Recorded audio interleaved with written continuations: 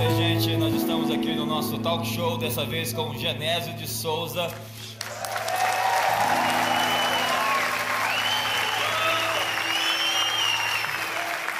E daqui a pouco também vamos entrevistar nosso produtor musical do CD Sorria, Jamba, James Castro.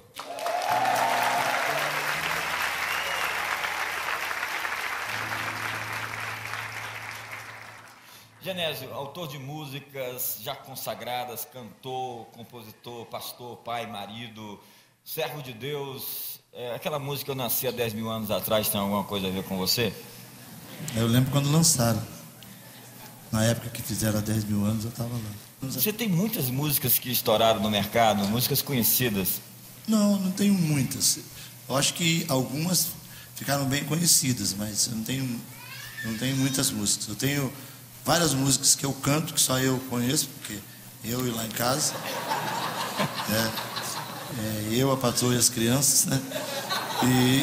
Mas algumas músicas, eu não sei, eu brinco falando que escaparam, né? Mas eu acho que Deus quis usar para abençoar algumas pessoas e ficaram bem conhecidas.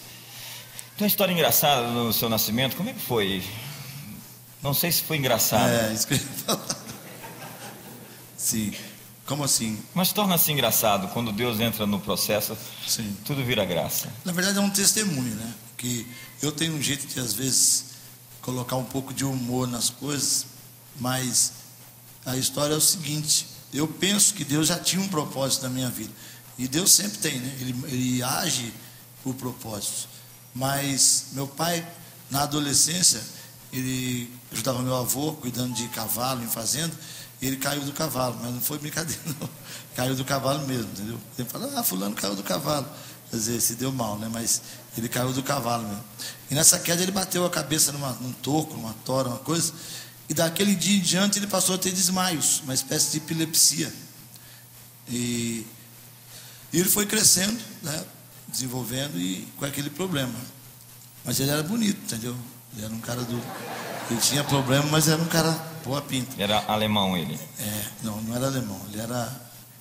Ele era um pouco para baixo da Alemanha, na África. Entendo. Descendente da africana ali. Aí o que acontece? As moças olhavam para meu pai e falavam, uau, né? Esse cara é um gato e tal. E entre as moças, uma começou a namorar ele. E ele namorar ela, logicamente. Porque tem esse negócio, né? O cara fala, fulano está namorando. Mas a menina já está sabendo? Ela nem sabe, só ele que está com isso na cabeça. Mas assim, começaram a namorar, e o namoro firmou. Depois de uns 3 anos e pouco, eles resolveram se casar. E ele continuava com os desmaios. Vinha aquelas mensageiras do inimigo. Você foi namorar logo o rapaz doente e tal. E na gravidez, já de um tempo de gravidez, foram no médico e constatou uma gravidez de risco. Por causa do problema de saúde dele, o médico começou a fazer exames e viu que a criança tinha problema. E a criança era eu. Eu não tenho problema. As pessoas que falam. Eu não tenho problema, as pessoas que acham que eu tenho. Assim, eu não sou doido. Eu não sou doido, os outros são normal, né? Então, assim, minha mãe foi a história da conversão deles. Porque minha mãe, ela já era católica, assim, praticante, e buscava Deus da maneira dela. E meu pai era menos, assim, mas ele também gostava.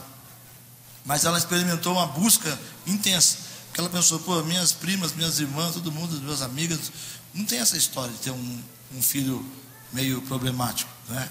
E ela começou a buscar Deus nessa história, ela se converteu.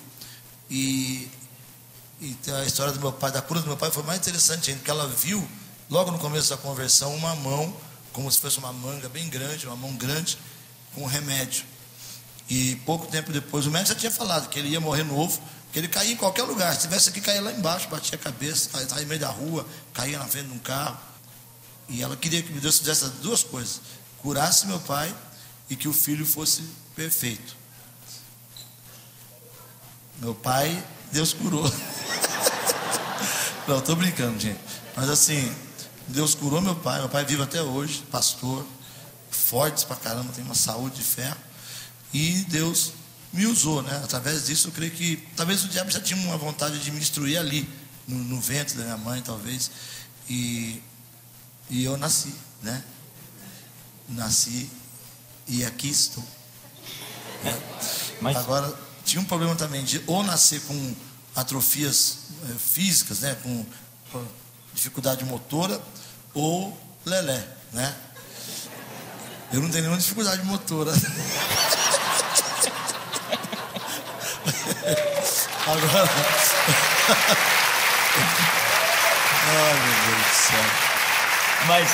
Mas na sua infância, a crise mesmo era com os diáconos da igreja. Como é que era esse negócio? Não, cara, é o seguinte, eu fui criado na igreja. Meu pai se converteu, isso logo na minha... Eu fui criado assim, o pessoal fala, você nasceu na igreja? Eu falo, não, nasci no hospital. Mas meus pais já eram da igreja, assim. E aí eu fui criado, logicamente, na igreja. Meu pai, quando ele se converteu, foi aquela coisa daquele tempo antigo.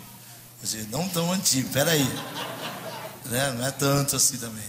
Mas ele ia no culto matutino, que tinha um culto domingo de manhã, né? 6 horas da manhã. Meu pai ia na vigília, ia nos cultos de oração, culto de ensinamento, culto, todo aquele tipo de culto que tinha até culto ao ar livre. E a gente era pequeno, tinha que ir. E a igreja era grande, ia muita gente, logicamente, ia muita criança. Onde tem muita criança, precisa ter bastante diáconos para olhar as crianças. E aí nasceu o trauma que eu tinha. Jesus já me curou, né? A Bíblia diz, resisti aos diáconos e ele fugirá de vós, né? Tem um ditado lá que fala, vá para os diáconos que o carreguem, né? É lógico que eu tô brincando, não os diáconos vão me pegar depois aí. Mas tinha uma história interessante de um diácono chamado Zé Rezende, cara. Ele era um diácono, que Deus o tenha, né? E Deus o tem. Ele era baixinho, troncudo, e ele tinha problema de saúde, que os dedos foram atrofiando. Então ele até nem trabalhava mais por causa desse problema. Os dedos ficavam tudo duros assim. E ele corria atrás da gente, cara, na igreja. A igreja tinha uma fonte, e aí o pastor não gostava que as crianças ficavam correndo em volta daquela fonte, porque jogava, logicamente, a fonte, o chafariz jogava água, lógico, né? E as crianças se molhavam, e aquele problema todo. E eu lembro da cena do Zé Rezende correndo atrás de criança, ele baixinho, ele corria e dava umas balançadas assim com a mão assim, cara. Aquela visão era terrível. Ele chegava em casa, depois ficava dormindo e assustava. Mas um fato interessante foi que teve uma festa na igreja. Então veio várias caravanas de vários lugares, aqueles ônibus, naquela época tinha jardineira, não é tão antigo assim, tá? Pau de arara, cheio de crente. Vinha aquelas bandas, quanto é de outro lugar. E aquela, logicamente, aquela criançada. É aquela frase, diáconos, né? Atentos, essa molecada. E aí aquele molecada juntava tudo, nem se conhecia direito, vai ficar tudo na frente assim para dar lugar para o povo. E aquela molecada tem sede, sem ter sede, né? Fome, sem ter fome, sono, é só para andar na igreja. E aí ficam todos juntos, e aí, vamos lá fora, vamos. E os pais assim, né? E os diáconos também. Para onde você olhava tinha um olho te vigiando. A molecada falou, fala o seguinte, vamos esperar orar. A hora que orar, vai um, mas não vai todo mundo, não vai dar bandeira. Vai um disfarçado, o outro vai, daqui a pouco o outro sai, vamos lá. Mas vamos aonde? Lá fora está cheio de diácono. Falou, não, vamos no banheiro. Aí começaram a orar, vamos fazer uma oração, pô, maravilhoso Deus, vai. Saiu uns dois logo. E antes de acabar a oração, eles voltaram, os olhos desse tamanho. Você não foi, você não ficou lá? Não. Por quê? Zé Rezende está lá. Ninguém quis saber mais de ir no banheiro. Zé Rezende era o terror dos diáconos. É isso. Você é jurado agora do projeto Desafio da Música Gospel. Fala um pouco pra gente sobre o projeto. Sim. É um programa de televisão, né? A gente sabe que no Brasil tem as igrejas que fazem programa de televisão, as gravadoras que fazem também. E esse é um programa de televisão, produzido para televisão mesmo. Não é uma gravadora, nem uma igreja. É para a igreja toda. Então, é um modelo parecido com o Ídolos, assim, né? Tem aquela parte dos candidatos, tem a parte do reality show. A gente vai nas capitais, vamos selecionando os candidatos, eles vão tudo para São Paulo, ficar num hotel, e lá vão ser, não é eliminados, porque não pode eliminar o irmão, né?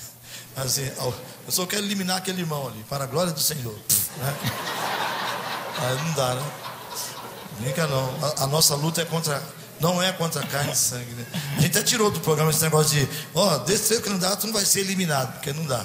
Então a gente fala assim, desses 3 só vão ficar 2, que é mais positivo. Aí vão